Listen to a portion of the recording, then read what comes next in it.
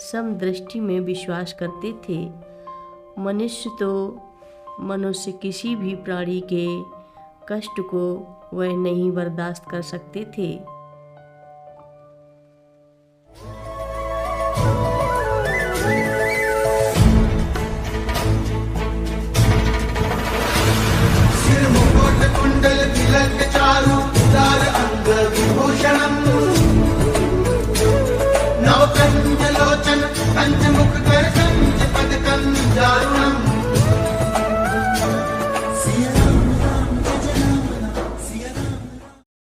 महाराज जी के आज के विशेषांक में रक्षा सूत्र परिवार के सभी सदस्यों का हार्दिक स्वागत है।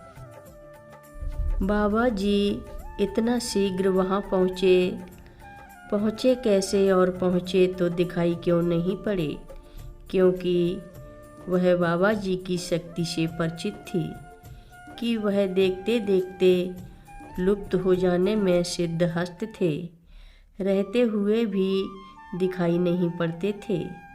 और जहाँ तक तत्काल पहुँचने की बात है तो हनुमान जी के अवतार तो थे ही। हनुमान जी ने तो क्षण ही में समुद्र को पार कर माता जानकी तक श्री राम जी का संवाद पहुँचाया था। यहाँ हम भगवान हनुमान के संबंध में एक संस्कृत श्लोक का उल्लेख करना चाहेंगे, जिससे उनकी गति का परिचय मिलता है। मनोजवम मारुतितुल्य वेगम जितेंद्रियम बुद्धिमतां वरिष्ठम वातात्मजं वानरयूथ मुख्यम श्री रामदूतम शिरसा नमामि। मन के सदृश गति वाले तथा पवन दृश्य वेग वाले जितेंद्रिय बुद्धिमानों मैं श्रेष्ठ पवन पुत्र वानर सैन्य के अधिपति श्री रामदूत हनुमान जी का मैं सिर झुकाकर नमन करता हूँ। जिसके मन की गति हो वह तो बात की बात में कहीं का कहीं पहुँच ही सकता है। बाबा जी ऐसा अनेक बार कर चुके हैं। ऊपर हमने उनके अचानक लुप्त हो जाने की बात कही थी और वहीं रहते हुए भी नहीं दिखाई पड़ने की। इस संबंध में एक घटना वर्णनीय है। बाबा जी कैंची धाम में ही पास की सड़क पर खड़े थे। उनके साथ एक साधु भी था। निश्चित ही बाबा जी के प्रति वह संशय की दृष्टि रखता था। वह समझता था कि बाबा जी के संबंध में जितना कुछ कहा जाता है वह सत्य शायद ही हो सकता है।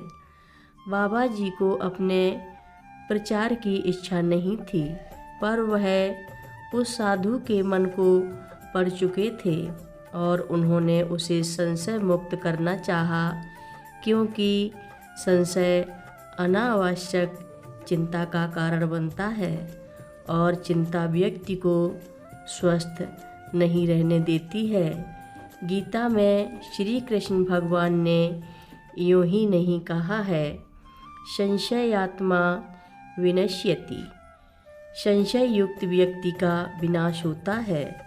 गीता का इस संबंध में पूरा श्लोक इस प्रकार है, अज्ञस्य च श्रद्धानश्च संशयात्मा विनश्यति नायं लोको अस्ति न परो न सुखम संशयात्मनः।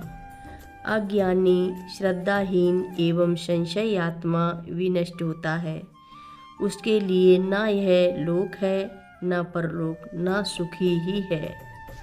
बाबा जी ने उस साधु को संशयहीन कर उसका भला करना चाहा।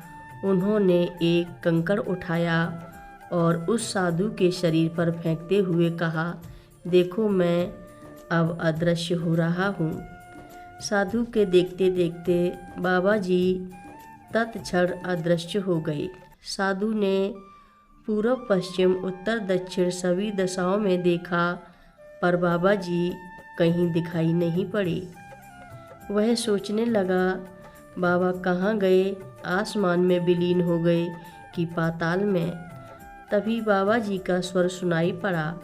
आश्चर्य यह है कि बाबा जी अब भी अदृश्य ही थे। साधु को इस स्वर पर भी विस्मय हुआ। स्वर था, देखो अब मैं प्रकट हो रहा हूँ। इतना कहकर बाबा जी मुस्कुराते हुए वहीं खड़े मिले जहाँ से वे अदृश्य हुए थे। जैसा कि पूर्व में कहा गया, ऐसे कई उदाहरण हैं, कुछ का उल्लेख यथा समय किया जाएगा।